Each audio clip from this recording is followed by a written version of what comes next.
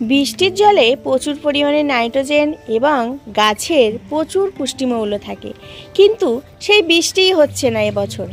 মাঝে একদিন বৃষ্টি হচ্ছে আর 2 দিন 3 দিন রোদ্দুর দিচ্ছে।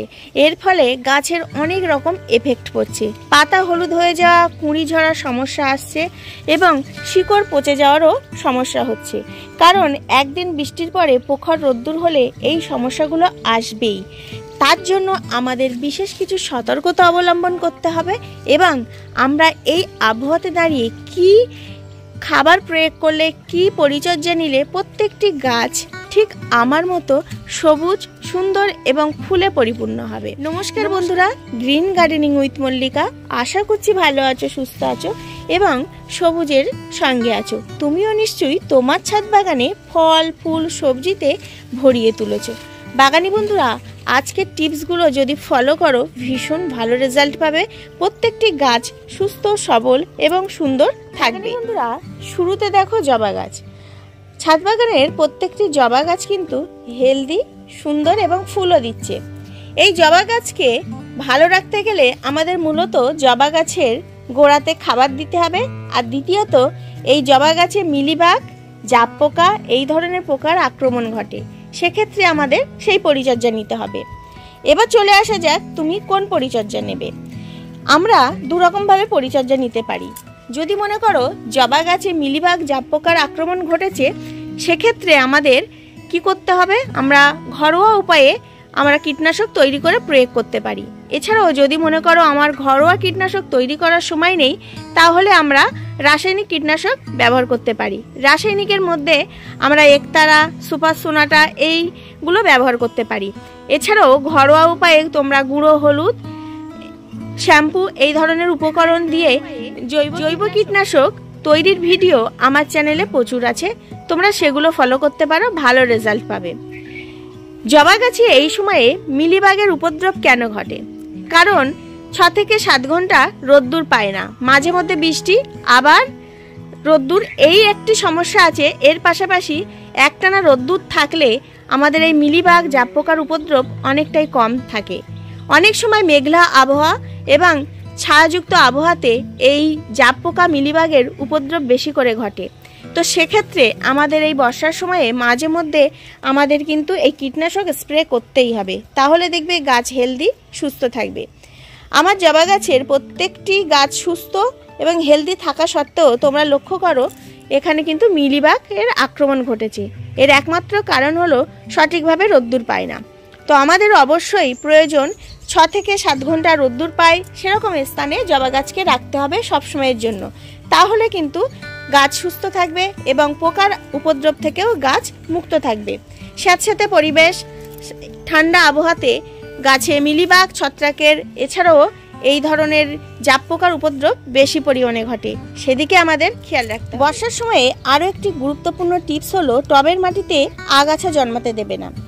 আগাছা যদি জন্মায় তাহলে পর্যাপ্ত পরিমাণে টবের খাবার সেই আগাছা গ্রহণ করবে। এর পাশাপাশি তার গ্রোথ ভালো হবে এবং গাছে পর্যাপ্ত পরিমাণে খাবার পাবে না, সেদিকে আমাদের একটু নজর রাখতে হবে।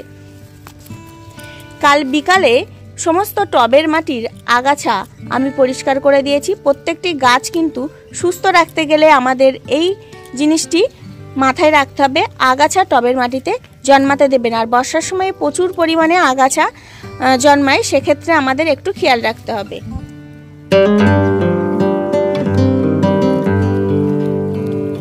জবা গাছের জন্য আমাদের সবসময় মাটি হবে একদম চিটচিটে নয় আর কাদাযুক্ত নয়, এরকম ঝরঝরা মাটি জবা গাছের জন্য আদর্শ। এরকম ঝরঝরা মাটি থাকলে জবা গাছ সুস্থ থাকবে, ভালো থাকবে। আর চিটচিটে কাদাযুক্ত মাটি থাকলে টবের মাটিতে জল জমবে এবং গাছের শিকড় পচে যাওয়া, পাতা হলুদ হয়ে যাওয়া, কুঁড়ি ঝরে যাওয়ার সমস্যা আমাদের আসতে থাকবে। সেক্ষেত্রে জবা গাছের প্রত্যেকটা টবের মাটি যেন এরকম ঝরঝরা থাকে। যদি তোমার টবের মাটি এরকম ইটেল বা চিটচিটে প্রকৃতির হয়, সেক্ষেত্রে তুমি বেশ কিছু বালির পরিমাণ মিক্সড করে টবের মাটি খুশে দেবে, তাহলে দেখবে অনেকটাই ঝরঝরা হয়ে আসবে। বন্ধুরা, এখানে লক্ষ্য করো প্রত্যেকটি জবা গাছের টবের মাটি আমি খুঁজছি হালকা করে, দেখো একদম ঝরঝরা।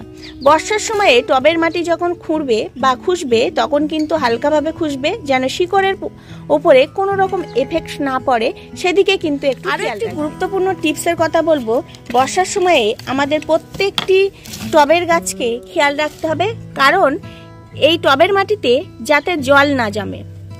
টবের মাটিতে যদি এরকম জল জমে, এখানে লক্ষ্য করো 2-3 দিন বৃষ্টি হয়ে গেছে, পুরো প্রখর রোদ্দুর দিচ্ছে, তাও সত্ত্বেও এই টবটি একদম দেখো জল জমে আছে, সেক্ষেত্রে এই পাতা হলুদ হয়ে যাওয়া, কুঁড়ি ঝরে যাওয়ার সমস্যা আসবে এবং আস্তে আস্তে এই গাছটি নষ্ট হয়ে যাবে। তো এরকম ড্রেনেজ ব্যবস্থা যদি থাকে তাহলে গাছ কিন্তু নষ্ট হয়ে যাবে। সেক্ষেত্রে আমাদের ড্রেনেজ ব্যবস্থা ভালো রাখতে হবে যাতে জল না জমে।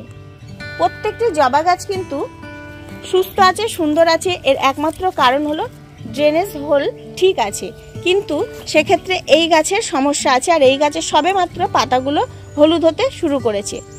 তো তোমার বাগানে যদি এই সমস্যা আছে বর্ষার সময়ে, তাহলে অবশ্যই তুমি ড্রেনেজ ব্যবস্থা ভালো করবে, আর জল জমে আছে কিনা সেটি একটু খেয়াল রাখবে, তাহলে দেখবে গাছ ভালো থাকবে। বন্ধুরা, 15 থেকে 20 দিন অন্তর যে ফাঙ্গিসাইড আমি স্প্রে করি এবং টবের মাটিতে দিই, সেটি হলো সাব ফাঙ্গিসাইড।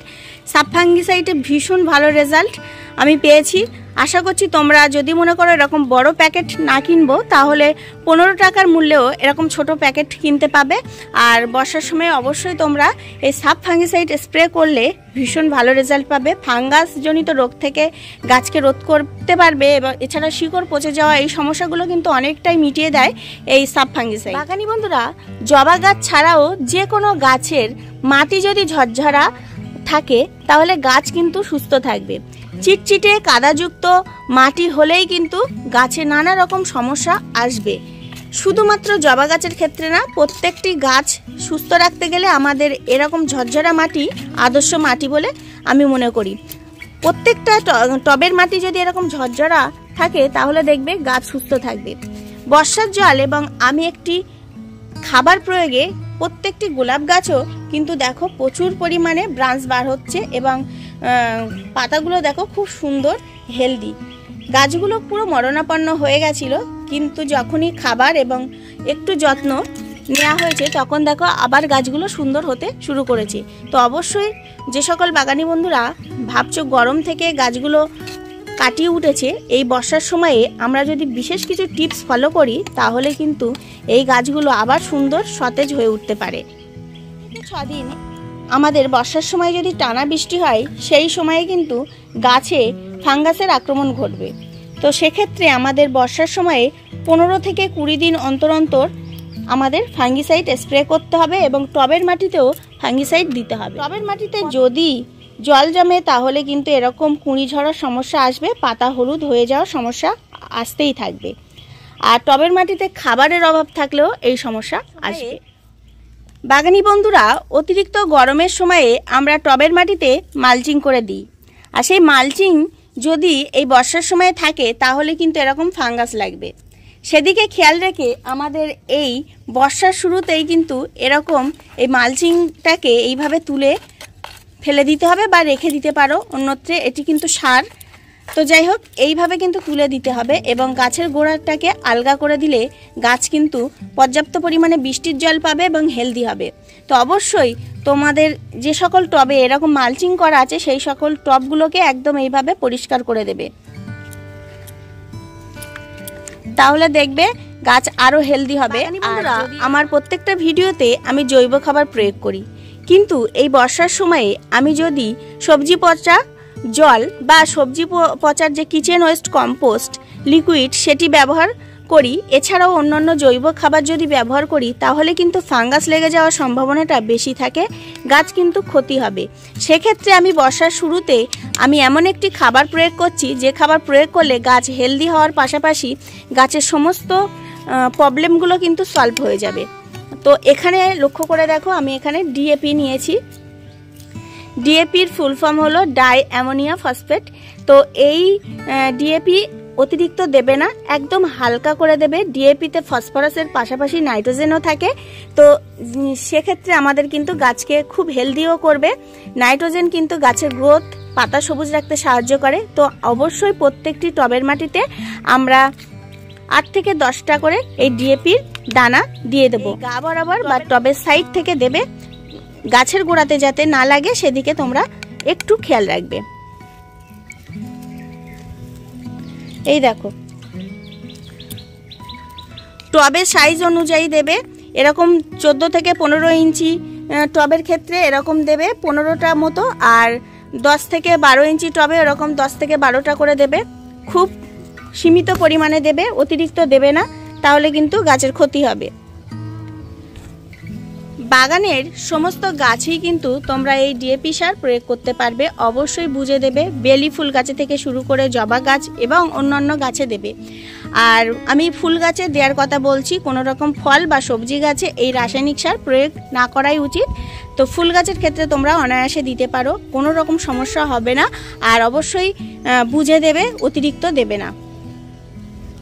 এখানে লক্ষ্য করো, একটি গোলাপ গাছে আমি একটি গোলাপ গাছেও দেবো, তো খুব অল্প সীমিত পরিমাণে নিচ্ছি। দেখো এখানে। আর ডিএপি সার এমন একটি সার গাছের শিকড়ের শক্তি প্রদান করে, এর পাশাপাশি গাছকে শক্ত মজবুত হতে দেয়। 10 থেকে 12টি দানা দেওয়ার পরে এরকম অসাধারণ রেজাল্ট কে না পেতে চায়। তো অবশ্যই বর্ষার সময়ে কোনো রকম জৈব খাবার না প্রয়োগ করে আমরা এই সারটি প্রয়োগ করতে পারি, আর এরকম ভীষণ ভালো রেজাল্ট আমরা অনায়াসে পেতে পারি। আশা করছি আজকের টিপসগুলো ফলো করে তুমিও ছাদ বাগানের প্রত্যেকটি গাছ থেকে সহজেই ফুল পাবে, এবং সহজ পরিচর্যা নিয়েই কিন্তু আমরা অসাধারণ রেজাল্ট পেতে পারি। ভিডিওটি শুরু থেকে শেষ পর্যন্ত দেখলে অবশ্যই বুঝতে পারবে। ভালো লাগলে সাপোর্ট করবে। এরকম ধরনের ভিডিও প্রতিনিয়ত আমি আনতে থাকবো। ভালো থেকো, টাটা।